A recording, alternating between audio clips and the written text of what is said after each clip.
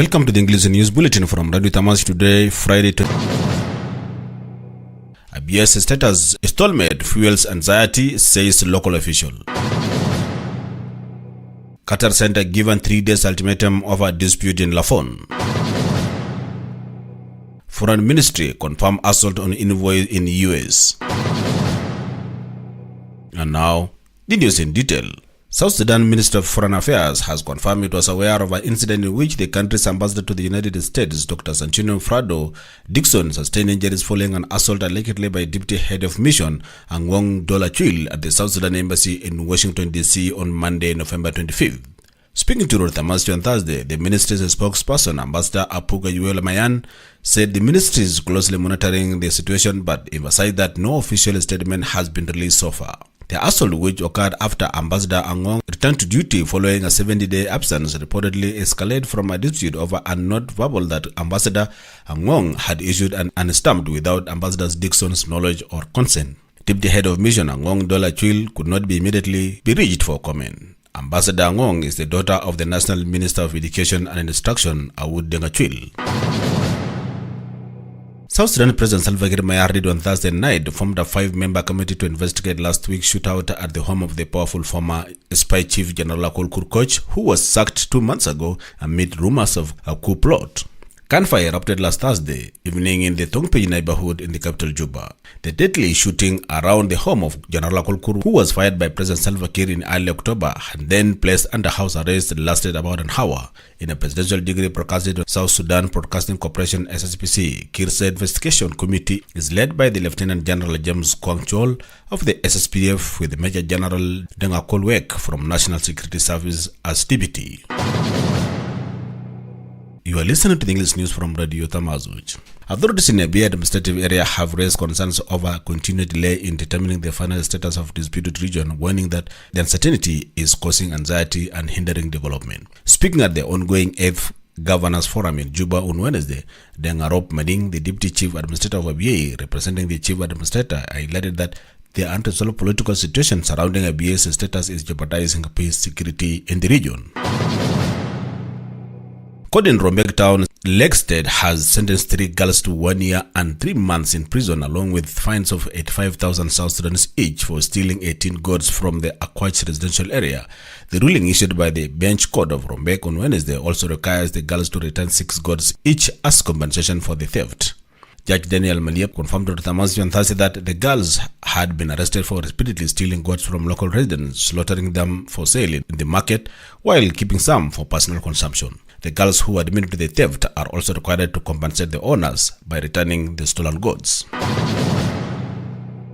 South Sudan hosted its first ever sports financing conference in Juba on Wednesday, aiming to secure funding to enhance sports development in the country.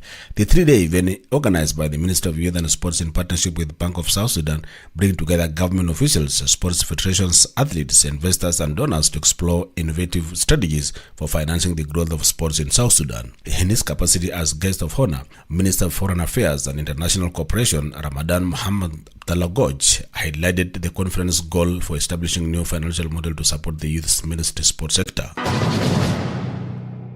You are listening to the English news on Radio Tamazuj. South Sudan Minister of Information Makuei revealed on Wednesday that his ministry has played a key role in helping South Sudan Revenue Authority generate 47 billion South Sudan pounds per month, primarily through taxes and charges levied in institutions under its jurisdictions, including telecommunication companies. Speaking at the 8th Governors Forum in Juba, Makuei credited the South Sudan Revenue Authority's digitalized payment system for enabling these significant collections.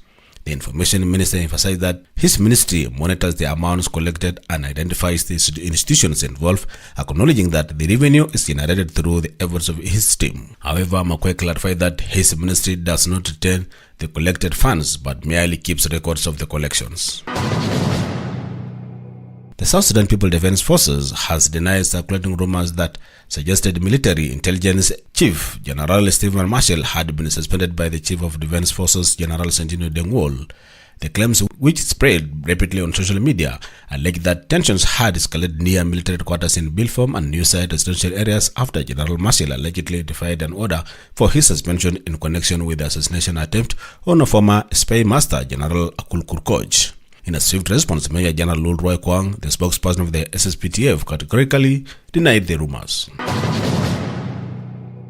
South Sudan President Salva Kiir Mayardit has reaffirmed his administration's commitment to South Sudan's 2018 peace agreement, saying that Kenya-led Tumaini peace initiative is designed to complement the existing deal. The Kenya-led Tumaini initiative, which began on May 9th, suffered a setback in July when some parties raised concerns over specific mechanisms.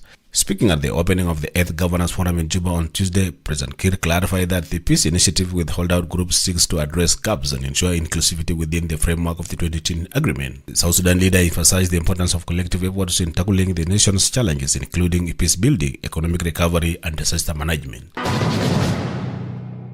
You're listening to the English News on Radio Tamazu. Matthew Mabenge, the County Commissioner of Tambura County in Western Equatoria State, said he narrowly escaped an assassination attempt on Wednesday. Speaking to Tamasi on Thursday, Commissioner Mabenge stated that his residence was targeted by rocket-propelled grenades RPGs on Wednesday around 12:30 p.m., though he was fortunate to escape unharmed. Despite the grave threat to his life, Mabenge reiterated his commitment to restoring peace and security in the county. People affected by leprosy in a Gov't center located in western Bargazal state said they are enduring severe hardship due to lack of support, funding, and essential services. Leprosy survivors often face the stigma from their families and communities. With repeatedly economic downturns into the country, they are becoming even more vulnerable, receiving little assistance from the state government or humanitarian organizations. Several victims spoke to Tamasi on Thursday from a Gov't center, revealing that their condition have worsened beyond their ability to manage. Authorities in Akobo County, Jonglei State, said they have blasted security measures following a deadly attack on the abduction of children over the past 2 days. 2 individuals were reportedly killed and 3 children were abducted in a separate incident believed to have been carried out by the suspected criminals from the neighboring Greater Bibora administrative area. In an interview with Radio Tamazu on Wednesday, Pok Nyang Tuchik, the commissioner of Akobo County, confirmed that the incident took place on Monday around noon. Cattle raiding and child abduction have been persistent issues in both Jonglei State and Greater Bibora administrative area, despite the multiple peace agreements aimed at fostering cooperation and stability between the two communities. You are listening to the English News on Radio Tamazu. The core community Parade sub-tribe in Lafon County, Eastern Equatoria State, has issued a 3-day ultimatum for the Gov't Center to evacuate the area unless it addresses concerns regarding the employment dispute involving its staff. The community accused the Gov't Center of unfairly targeting local residents in staffing policies. The Gov't Center has been operating in Lafon as part of the Guinea worm eradication program for the past 3 years. Its contracts was recently extended after new cases of the disease were reported. However, tensions have risen following the alleged termination of the 5 staff members from the core community under unclear circumstances. The locals claim the terminations were selectively aimed at core community members, with accusations directed at the program managers from Paris sub-communities for targeting individuals from core group. And finally, Johnson Reg Mading, 28-year-old visually impaired student preparing to take the Certificate of Secondary Education exams, which are taking place nationwide from December 2nd to 11th, was overjoyed to receive much-needed financial assistance for his examination journey. The handover of $150 provided by the civil society group Community Empowerment for Progress organization CEPO took place on Thursday at Board Secondary School in Jonglei State Capital Board. We have come to the end of English News Bulletin from Radio Tamazi today. Join us again next week on Tuesday, same time, same place for more news. Have a good evening.